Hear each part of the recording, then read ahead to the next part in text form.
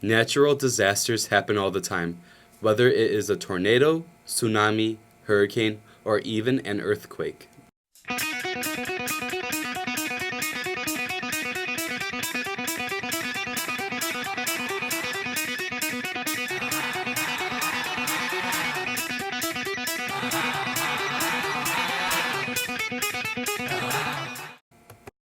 But there is one disaster that can continuously deteriorate the land for generations: a nuclear meltdown.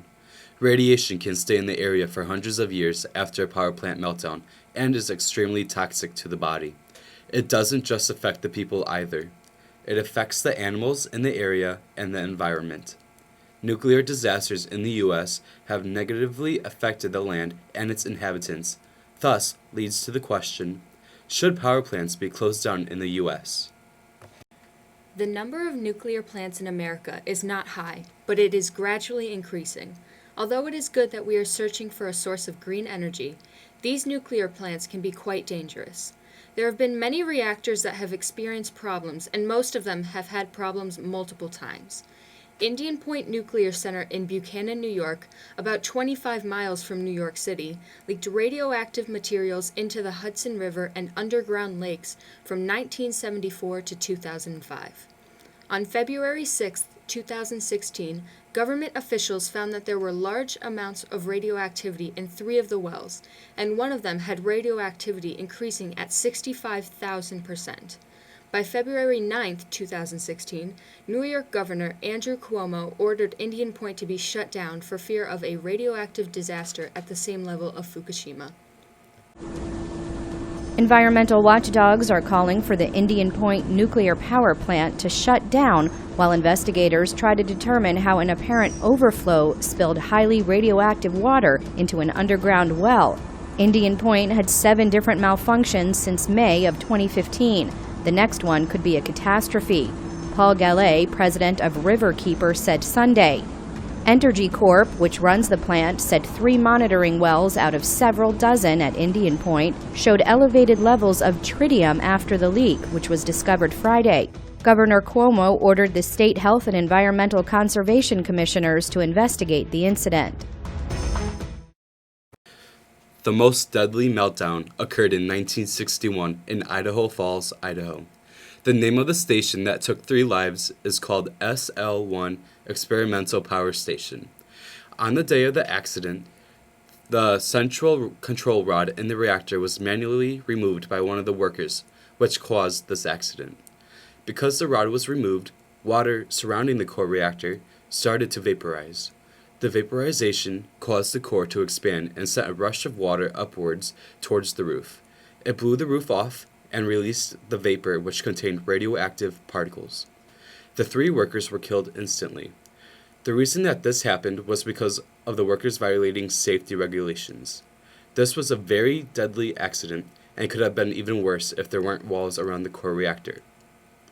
Even with the walls, small amount of radiation leaked out. Idaho put their workers in danger and the surrounding environment.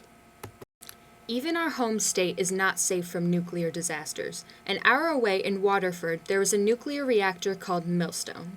In 1977, a hydrogen gas explosion caused the plant to shut down. However, it reopened, but it did not become any safer. In fact, it might have only made things worse. What would meltdown mean? The most likely meltdown would not result in early fatalities. It would result in exposure to the public that caused latent cancers and land contamination and probably resulting in economic losses of $1 billion or so. How far? But what are the chances of this happening? I think they're very remote. In 1996, the power plant's valves leaked and forced the operators to shut down Units 2 and 3 of the plant. They also found multiple equipment failures throughout the plant. This worried many people, including the parents of a child named Thomas Hartley. They believe that the Millstone power plant is the reason for their son's cancer, and their suspicions have been confirmed by Dr. Helen Caldicott, a world-renowned physician, who said that she believes his cancer was caused by his mother's exposure to the plant's carcinogenic materials during pregnancy. Many people living in the area have been against the Millstone power plant to the point of creating a website dedicated to shutting it down. The website reported on January 25, 2016, that the B reactor was shut down unexpectedly. This is the most recent of the problems they have faced, but will certainly not be the last.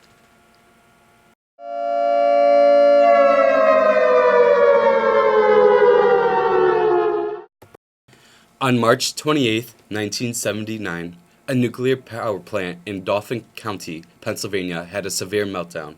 It occurred at the plant known as 3 Mile Island. At the crippled nuclear power plant, the governor of Pennsylvania said he'll issue no evacuation order at this time. Governor Dick Thornburgh suggested that the pregnant women and the preschool children who were advised to leave the vicinity of the power plant earlier today should remain away, at least until tomorrow. There is no imminent danger. That's the official advice tonight, but many people aren't buying it. Thousands have packed their luggage and they've left. Banks reports many withdrawals. Telephone lines have been busy. Outdoor activities like the horse races have been canceled. People are afraid of what they can't see, radiation. And they've heard so much contradictory technical jargon from officials that the first casualty of this accident may have been trust. What happened here was unpreventable and destroyed the plant. A failure in one of the systems stopped the water from getting pumped to the steam generator to remove heat from the core reactor. This then caused the reactor to eventually shut down. Right after it shut down, the pressure began to increase inside and an auto relief valve opened up to release the pressure. The valve was then supposed to close when the pressure was under control, but it got stuck open. The workers were unaware of the open valve and continued working. Because the valve was stuck open, the water system just kept flowing out instead of surrounding the reactor. Then, that is when alarms and sirens went off. The pressure was reduced so much that the coolant pumps had to be turned off to prevent any vibrations. The workers then controlled the amount of water going in, but this just made it worse. The reactant overheated. It was so hot that the tubes holding the nuclear substances ruptured. This caused about half of the core to melt down. Although the meltdown was contained, radiation was still able to seep out and get into the environment. Women and small children were advised to leave the area for the radiation that became overwhelming and could have been worse if it was not contained by the core reactor. Medical officials reassured most residents and said they found no evidence here of any malady resembling radiation sickness. But nobody here was specifically checked for contamination, and one doctor admitted he had no way of telling any patient how much they had risked by living in the shadow of the accident. Hot that the tubes holding the nuclear substances ruptured. This caused about half of the core to melt down. Although the meltdown was contained, radiation was still able to seep out and get into the environment. Women and small children were advised to leave the area for the radiation that became overwhelming and could have been worse if it was not contained by the core reactor.